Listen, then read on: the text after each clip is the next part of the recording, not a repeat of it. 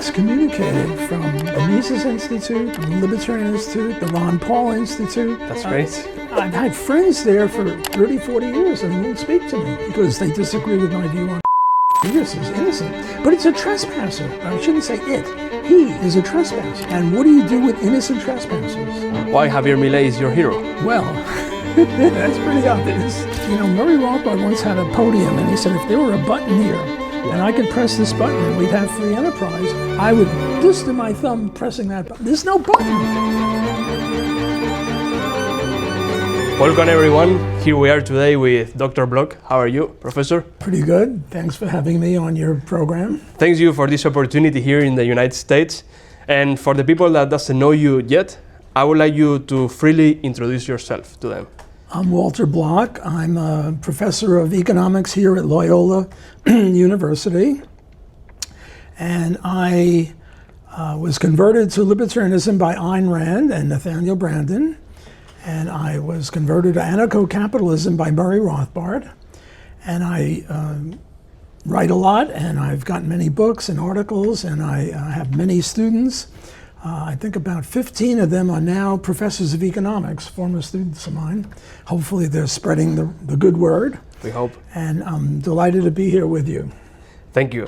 This was not a question, but now I'm very curious. Do you compare a lot of students to anarcho-capitalism?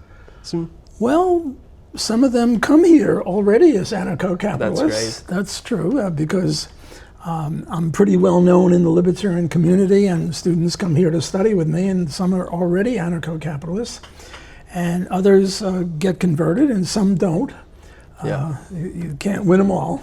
Yeah, it's true. So you already talked about Rand and Rothbard. That's my second question. I would like to, because you were a communist, right? I was sort of like Bernie Sanders. Bernie Sanders and I were on the same track team. We went to the same high school. I have to tell you my Bernie Sanders joke. My Bernie Sanders joke is that Bernie Sanders is very courageous. He doesn't run away from much of anything. Okay. He doesn't run away from socialism. He doesn't run away from convicts, prisoners voting, ex-convicts, even convicts. But there's one person that he runs away from, and that's me. Why? Why? Because we were both on the track team, and he was one of the best runners in the city, and I was a mediocre runner. We both ran the mile. His time was about 4:20, 4:30. I never broke 5. My best time was 5:05. So we start off at the same starting line, and then he runs away from me. Okay. You stopped being a left person when you met Rand, right? Yes. How was this? She came to Brooklyn College. I was an undergraduate at Brooklyn College, and she gave a lecture. And then she said anyone who was interested could come to the lunch in her honor, and I wanted to convert her to socialism. So I came there, and there was this long, long table, maybe 50 people on each side, and she was sitting at the head of the table. And I turned to my neighbor and I said, you know, socialism is the way to go, capitalism is evil. And he said, well, I don't really know that much about it, but the people who do are at the other end of the table. So I went and I stuck my head between Ayn Rand and Nathaniel Branden, and there was Leonard Peikoff and Alan Greenspan all around her. And I said, there's a socialist who wants to debate someone on socialism and capitalism. And they said, who is it? I said, me. And I was about 20 years old, Branden maybe 35, Rand 50, and Branden was very nice. He said, well, there's no room at this end of the table for you, but I'll come to the other end of the table and talk to you on the 2 conditions. One, you don't allow this conversation to lapse. We continue until we settle it. I agreed. And then he said, and you have to read 2 books that I'll recommend. The 2 books were Atlas Shrugged by Ayn Rand and Economics in One Lesson by Henry Hazlitt. And those 2 books really floored me. I never appreciated what free enterprise was. And I went to his house and Ayn Rand's house a few times, and Crazy. I was converted. And I was a limited government libertarian. Perfect. A minarchist. Minarchist, yeah. But then you met Rothbard. Then I met Rothbard. What happened, I was now at Columbia getting my PhD, and Larry Moss was a fellow student of mine. He said, you have to meet Murray Rothbard. He's an anarchist. I said, anarchist? That's crazy. I don't want to meet Murray Rothbard. But then he and his roommate, Jerry Wallows, ganged up on me, and they hog-tied me and pushed me in to meet Murray Rothbard, and Murray converted me in about 5 minutes. He said, look, you've read Hazlitt. You understand why we have to privatize the post office. You understand why we have to privatize Social Security. You understand why we have to privatize the fire department. Well, why not the police? Why not the courts? Why not armies? And he spent 5 minutes explaining how that would work, and All 5 minutes, what it all of a took. sudden I was converted. It took me a lot longer to get converted to Austrian economics. It must have taken a year or two because I was under the influence of Gary Becker, who was my dissertation advisor. And for me, the essence of Austrian economics is praxeology. The idea that there is statements about the real world that are necessarily true, not just empirical. Before I met Murray in Austrian economics, I thought there were only two kinds of statements. Empirical statements would be one. It's raining outside. Well, you have to look outside to see if it is. And it's not necessarily raining. Sometimes it is, sometimes it isn't. And the other is tautology. It's like bachelors or unmarried men. You don't go to a bachelor and say, are you married? If he's a bachelor, he's necessarily not married. So that's necessary, but it doesn't tell us about whether anyone is a bachelor or not. It just tells us how we're using words. But could there be a statement, a praxeological statement, which is necessarily true and also said something about the real world? And I couldn't get my mind around that. For example, I'm going to trade you this wristwatch for your pen. Wonderful. And if I do, I value that pen more than the wristwatch. And if you agree, you value the wristwatch more than the pen. Now, it might not be, you don't even like the wristwatch, but you want to do me a favor. Who knows your motivation? All we know is that for some reason you prefer this to this and I prefer that to this. This is necessarily true. If we have a voluntary trade, it must be, because we each saw some gain. And this is necessarily true, and it tells us about the real world. And I couldn't get that understanding for a long time, but I finally did, and now I'm an Austrian economist and also an anarcho-capitalist libertarian. I think that's great. Let's go with the third question. Which one do you think is your most polemical idea? Polemical? Yeah, like, okay, you don't have that word in What English? is polemical? No, I'm not sure. You're better at English than I am. No, I'm not better in English than you are. Wait, I have to tell you my Spanish joke. Oh, perfect, yeah. Tell us. My You have a Spanish lot. joke is, in order to get the PhD at Columbia, you needed 2 foreign languages, and I'm horrible at languages. I don't even know what polemical is. Pathetic. But happily, they allowed you to take a math exam, and I passed that, and they counted math as one language. Okay, And I had great. 4 years of Spanish in high school and 4 years of Spanish in college, and I knew nothing. Como está usted was about it.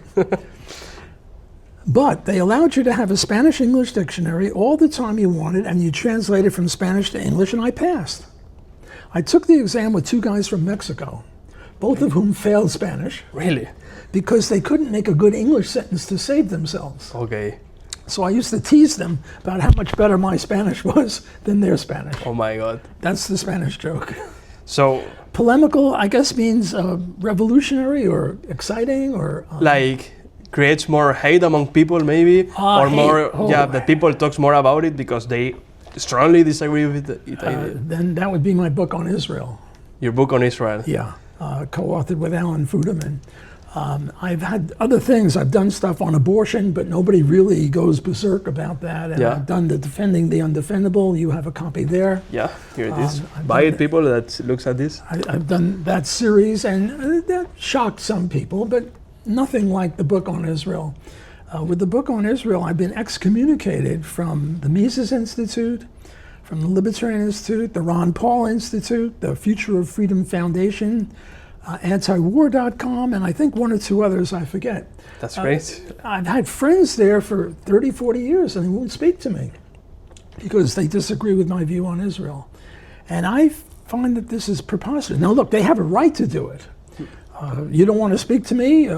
Fine. I can't compel you to speak to me because in addition to the non-aggression principle of libertarianism and private property rights, I think the third most important element would be free association. No one should be compelled to associate with anyone against his will. So if they don't want to have anything to do with me, they have that right, and I'm not going to sue them to be friends with me. Of course. On the other hand, they consider themselves as scholars, and this is not scholarly. Scholarly, and here I'm channeling John Stuart Mill in On Liberty. And what he says, if you don't know the enemy or the critic's position, you don't even know your own, because they're in tandem with each other. So I think that when they cancel you, they're not behaving in a scholarly manner. I mean, we used to make fun of the left. They had cancellation. If you used the wrong pronoun, or you didn't capitalize black and lowercase white, or anything like that, you got canceled. Yeah. And now we have cancellation in the libertarian movement. This is astounding. It's true. I never thought that it would be. You know, it's interesting. Abortion is a very complicated issue also. It is. Murray Rothbard was pro-choice. Ron Paul is pro-life. And yet they were friends all their lives. Nobody canceled anybody. Yeah. And probably more people die, or the lives of more people are at stake in the abortion issue than in the Israeli issue. Israeli issue, according to Hamas, 65, 70,000 people were killed. How many babies are aborted? Many, many more. So you'd think that if there were any reason for cancellation or vituperation, it would be abortion, but nothing. Nobody gets canceled on abortion, which is strange. Why Israel, where there are fewer lives at stake? What do I know?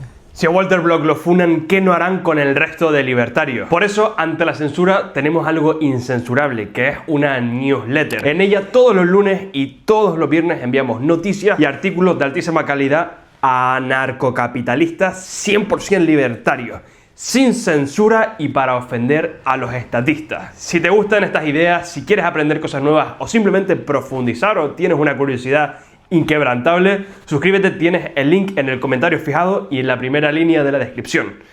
Ahora bien, sigamos con el podcast. So I guess you're against abortion? I have a third view. I think pro-life and pro-choice are both mistaken. Okay. My view is called evictionism. Okay, if you could explain this to us. Sure. Here's a young girl. She's walking down the street. She's 12 years old. She gets grabbed. She gets raped. She gets impregnated. And now there's a person growing inside of her. I believe that life starts with the fertilized egg. Yeah. It's not just a bunch of cells, the fetus, like your fingernails. And now there's this person growing inside of her. But she's the owner of her body. I mean, we have private property and land and labor, land and property tables. She owns her body, and there's a person inside of her. Well, what do we call that person? I call that person a trespasser. Innocent, of course. I mean, the baby, the fetus is innocent, but it's a trespasser. I shouldn't say it. He is a trespasser. And what do you do with innocent trespassers? Well, you can evict them. You can't kill them, because they're innocent, but you can evict them. So I say that evictionism says that the woman can evict the baby at any time during the pregnancy, but she can never kill the baby. Now, with today's medical technology, for the first 6 months, if you evict the baby dies. And now evictionism sort of takes the side of the pro-choice movement. But in the last trimester, 7th, 8th, and 9th month, if you evict the baby is viable outside. And now you're only allowed to evict, you can't kill the baby. And now evictionism takes the side of the pro-life position. So evictionism is sort of a compromise between the two. And I call it a principled compromise. If I say 2 + 2 is 5, and you say 2 + 2 is 7, a compromise is 2 + 2 is 6. But it's not a principled compromise, because you can't deduce 2 + 2 is 6 from anything except that you want to compromise. But this, I think, is a principled compromise, because we're adhering to the fact that the woman owns her body. And if there's somebody inside of her body, that person is a trespasser. Now, happily, very few babies are the result of rape. 1 or 2%, happily. Most evictions or abortions are voluntary sexual intercourse. And the objection to what I just said is, well, if you have voluntary sexual intercourse, you're sort of inviting the baby. And once you invite somebody, it's a little awkward to evict them and the baby dies. If I invite you to my house for dinner, and then I say, now there's a storm going on, and you'll die if I kick you out, and I kick you out, it's a little awkward because I invited you. But there was no invitation. Why not? Because for an invitation to be, there has to be an inviter and an invitee. Now remember, we said that the baby doesn't start until the sperm hits the egg and it's a fertilized egg. Well, at the time of intercourse, there's no baby. There's only a sperm over here and an egg over there, and it takes a while for the sperm to get up through the woman's body to fertilize the egg. So there was no invitation, would be my view.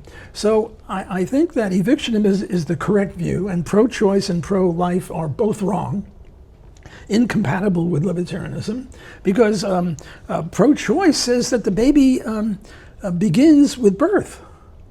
That's crazy. I mean, a baby 15 minutes before being born and 15 minutes after being born, it's just a little change of address from inside the stomach to outside the stomach.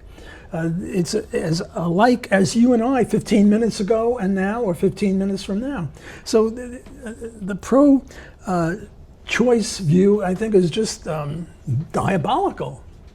To think that a baby 5 minutes from being born is just a bunch of cells and it's like an appendix and you can just get rid of the appendix. I think that's crazy. On the other hand, the pro-life position says that this 12-year-old girl, now to add insult to injury, first she gets raped and now she gets a 9-month jail sentence. In effect, well, it's not a jail, but she's got a baby inside of her and she has to keep the baby? No, she doesn't have to keep the baby. She can evict the baby. So I think evictionism is truer to libertarianism than either of those other two. But that's, by the way, I was just talking about with Israel. There's so much furor over that, whereas you'd think there'd be more furor over this, and none at all. For example, I was associated with these groups that I told you about, and everyone knew that I favored evictionism, and I was never canceled or excommunicated. Yeah. But on Israel, all bets are off.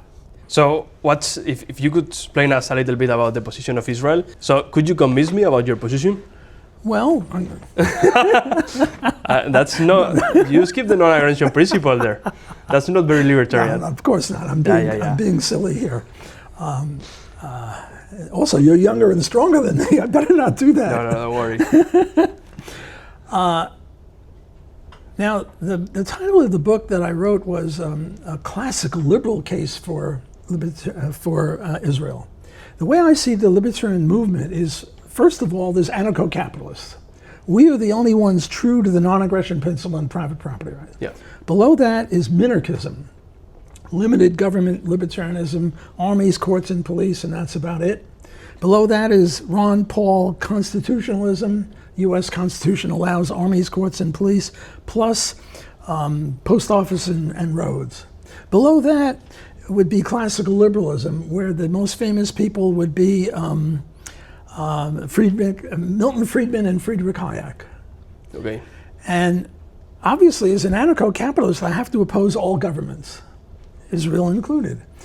But even as an anarcho-capitalist, I have to say some governments are worse than others. Okay. If country A invades country B, they're both governments, but country A is the bad guy and country B is fighting a defensive war. Even Murray Rothbard favored some wars. So antiwar.com is wrong. We libertarians are not against war. We're only against offensive war. We favor defensive war. Murray Rothbard favored the South vis-a-vis the North in 1861, and he favored the 13 colonies versus England in 1776 because he thought that the North was the aggressor and England was the aggressor. He favored secession, wars of secession. So my claim is that Israel started in 1948, and 1 minute later, 5 armies attacked. I forget which ones. I think Egypt, Syria, Lebanon, Iraq. I'm not sure which ones offhand, but 5 armies attacked Israel. And so they were the bad guys, and the Israelis were the good guys because they were fighting a defensive war. So my short, succinct defense of Israel, it was, yes, a government, and it was also fighting a war, but it was a defensive war. And we libertarians should favor defense. When I shook my fist at you, I was offense. Yeah.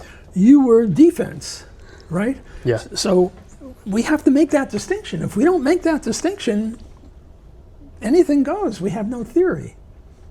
So that would be my short answer as to why Israel is in the right, and the enemy countries are in the wrong. They keep attacking Israel, and Israel keeps fighting back. But I don't think Israel starts in with anyone. Israel doesn't initiate any wars. It's only defense. Let's keep talking about countries and governments. Now let's go to Argentina. Okay, Javier Milei, I saw him in Twitter quoting in one of your videos where you were saying that he's your hero. Why Javier Milei is your hero? Well, that's pretty obvious. He's my hero, and I'm honored that he considers me one of his mentors. When I saw that, I was amazed and very happy about that. He is an anarcho-capitalist. Yes. Which alone is amazing, and he's putting libertarianism on the map, which is just wonderful. And he's reducing the size of government, he's getting rid of regulations, he got rid of rent control, the inflation is much less than when he took over. Yeah. So he's doing a magnificent job. And here it's interesting, you get the same libertarians who canceled me or against Milei. Hans Hoppe, for example. That's what's the next question. Bitterly opposed to Milei. And one reason is because Milei supports Israel. Okay. And Hans Hoppe detests Israel. So Yeah. anyone who favors Israel is no good in his estimation. So that's one reason. And I think that's the main reason. I mean, if Milei hated Israel, I think Hoppe would support Milei. But the excuse is, well, Milei hasn't incorporated or introduced laissez-faire capitalism yet. Yeah. Well, he's not a one-man band. He doesn't, Murray Rothbard once had a podium and he said, if there were a button here and I could press this button and we'd have free enterprise, I would blister my thumb pressing that button. There's no button. If Milei had a button, he would press it. But there's no button. And before this election, his party was a very minority party. And even the people in his party didn't all agree with him. And now he's doing a little better with the last election, and I'm sure he'll have even more free enterprise. But to criticize our hero, look, Ron Paul is another hero of ours, and Rand Paul, maybe to a little lesser degree because Ron is more rabid or more radical. But what did Ron Paul do? It's true he was only a congressman, and Rand is only a senator, and he's the not the prime minister, the president. But still, he's done wonderful work, and I think all libertarians should support him. When I first started in this movement, the word libertarian, they didn't understand it. They thought it was like librarianism or libertinism or libertunianism or something. Now, even the New York Times knows what libertarianism is, and I think part of that is due to the Libertarian Party. But he's putting libertarianism on the map in the whole world. Donald Trump is trying to make America great again. He's trying to make not only Argentina great again, but the whole world great again, because he's going to bring Argentina out from the depths, and is going to make Argentina great again, and this will be an example for the whole world. And I can't say enough in his favor. I'm just a big fan of his. Yeah. In my environment in Spain, I think people criticize Milei so much. Like they say, for example, he's a Chicago school, he's not an anarcho-capitalist, he's classical liberal. And I think the main critique is that you can't do nothing inside the government. Do you think that's actually true? No, he is doing stuff within the government. I mean, he got rid of rent control. Mamdani, the new mayor of New York City, is going to put more rent control. He got rid of rent control. That's a good He topic. fired, I don't know how many bureaucrats. I'm not sure the number is 10%, 20% of all the bureaucrats in Argentina. It's a big number. It's a big number. I mean, so don't say you can't do anything in government. Yeah. Mostly you do bad things in government. But he is doing good things in government. He's firing bureaucrats who are unnecessary. He's getting rid of regulations. He's lowering tariffs. He's just magnificent. And at the end, do you think it is possible to abolish the state inside the state? Well, it would be nice.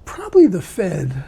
I'm not sure about that. I haven't thought about this much, but the Fed is a monster. It control. I mean, if you have to have price controls, let's have price controls for paper clips.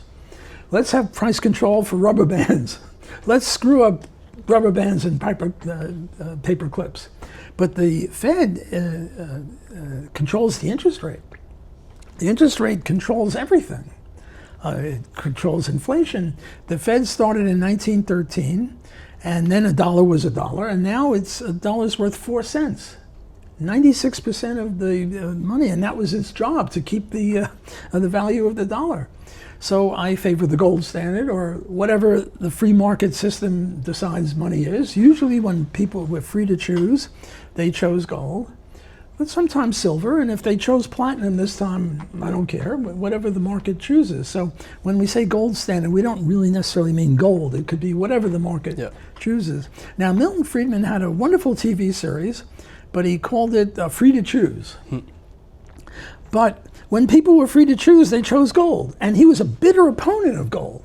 He liked the Fed. He wanted it to produce 2 or 3% increase in the money, which the Austrians will say creates the business cycle, even at 2%. So Milton Friedman, I disagree with him. I think he's a wonderful libertarian. I would say that the person who converted most libertarians of my generation behind Rand, the people who converted most people to libertarianism in your generation would be Ron Paul. And Milton Friedman was probably third in terms of numbers of people converted to libertarianism. So I can't be too harsh on him, but I certainly disagree with him on this. Now, Mises and Rothbard, I think, were much better than Friedman and better than Rand and better than all these other people, but they didn't have that big of a podium. Coming here to New Orleans, we're listening to one of your interviews, and I didn't know about this word blackmailing. Okay, so... Blackmail, blackmail. So, me as an anarcho-capitalist, if you ask me about blackmail about 3 hours ago, I would say, no, that's not good. But now after listening to you, I think, oh my God, that's the non-aggression principle. Well, I don't think blackmail is good. No, of course. I think it's nasty. The question is, should it be prohibited by law? And ostensibly, superficially, it should be, because you're threatening people and with a demand for money. So if I'm going to blackmail you, I'm going to tell everybody that you take a bath with a rubber ducky, and nobody's going to like you. You're going to lose your job. You're going to lose your girlfriend. You're going to lose parents won't speak to you because big guy, you take a bath with a rubber ducky. That's disgusting. Yeah. And I say, if you give me $100 or $1,000, I'll keep quiet. So it sounds awful. But you have to distinguish between blackmail and extortion. In blackmail, what I'm threatening is to be a gossip, to tell everybody about you, your peccadillos. Well, gossip should be legal, right? We shouldn't put people in jail for gossiping. So if all I'm threatening is something I have a right to do, what's the problem? Now, extortion, I say, if you don't give me money, I'll shoot you, or I'll shoot your children. Yeah. That's very bad, because I'm not allowed to shoot you. I'm not allowed to shoot your children or kidnap your children.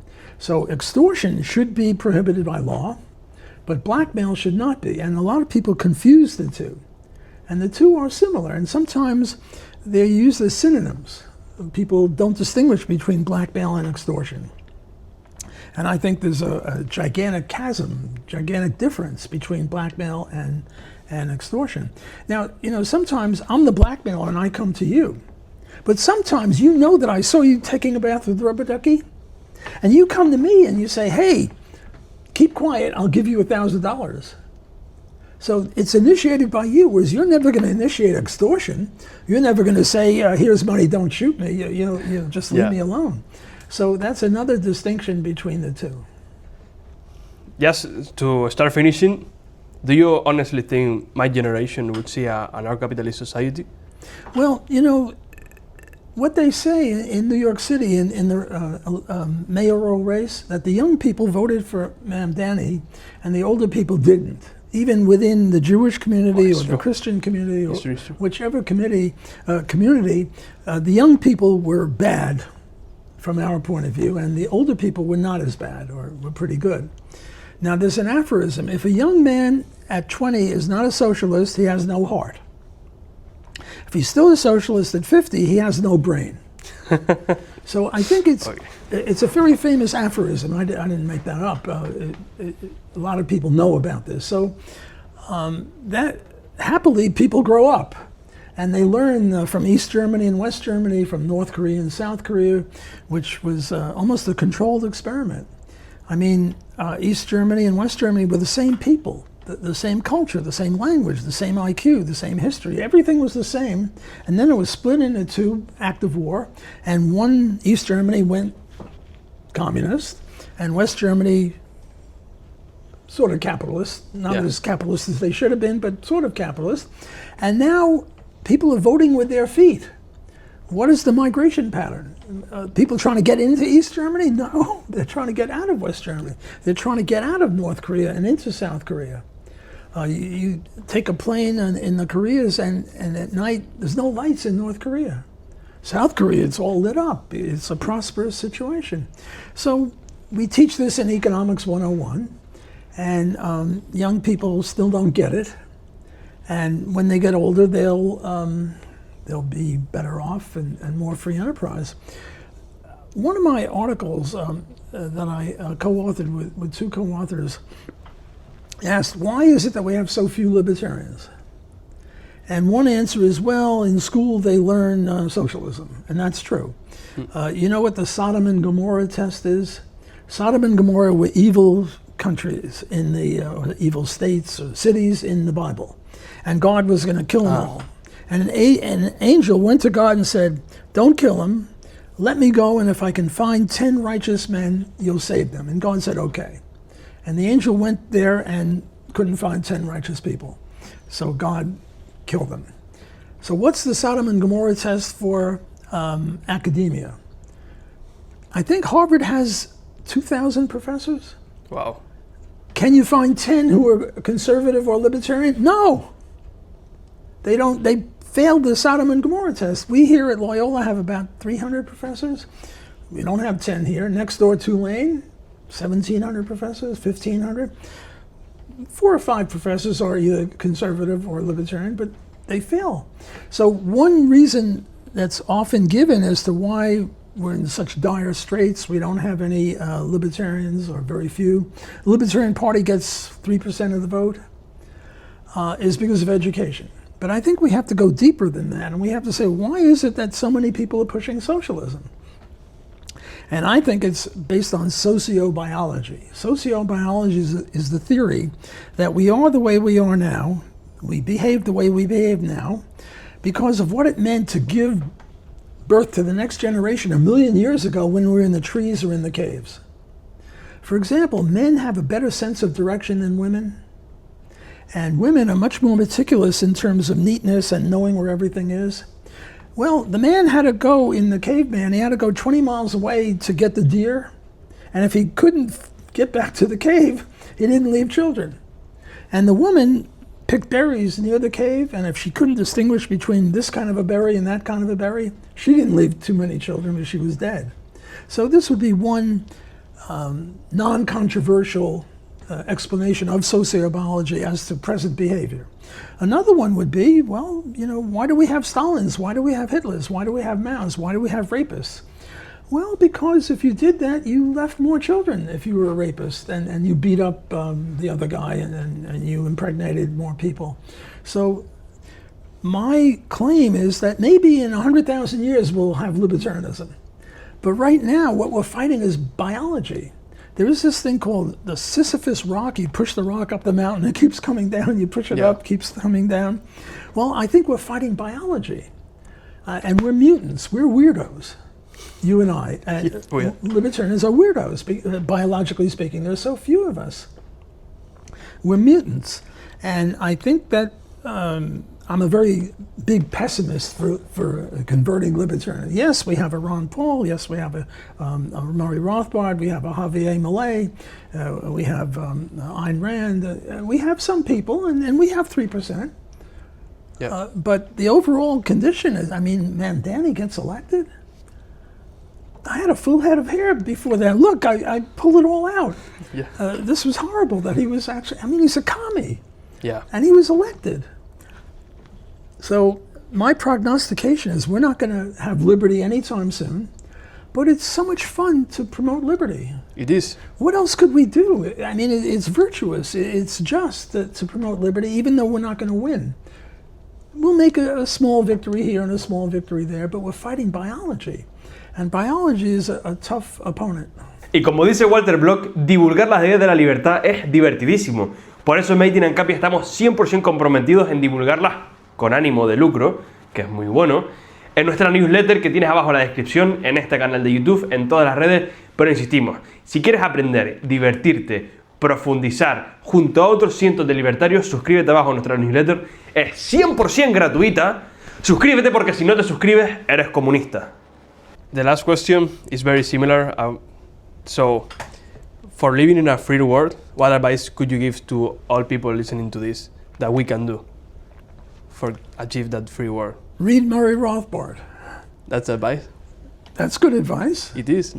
I mean, this whole blackmail thing I got just from Murray. Most of my stuff I got from Murray. Yeah. I read Ayn Rand, read Hayek, read Friedman, and then go out and try to convert one person to liberty. That would be my advice to people if you want to promote liberty. Read the most important libertarians, and then discuss it with your friends, and then try to convince other people. That would be my advice to people who are listening to this. Well, thank you very much, Professor Block. It's been a pleasure to be here with you. My pleasure. Thank you. We're shaking hands. I'm not going to punch you.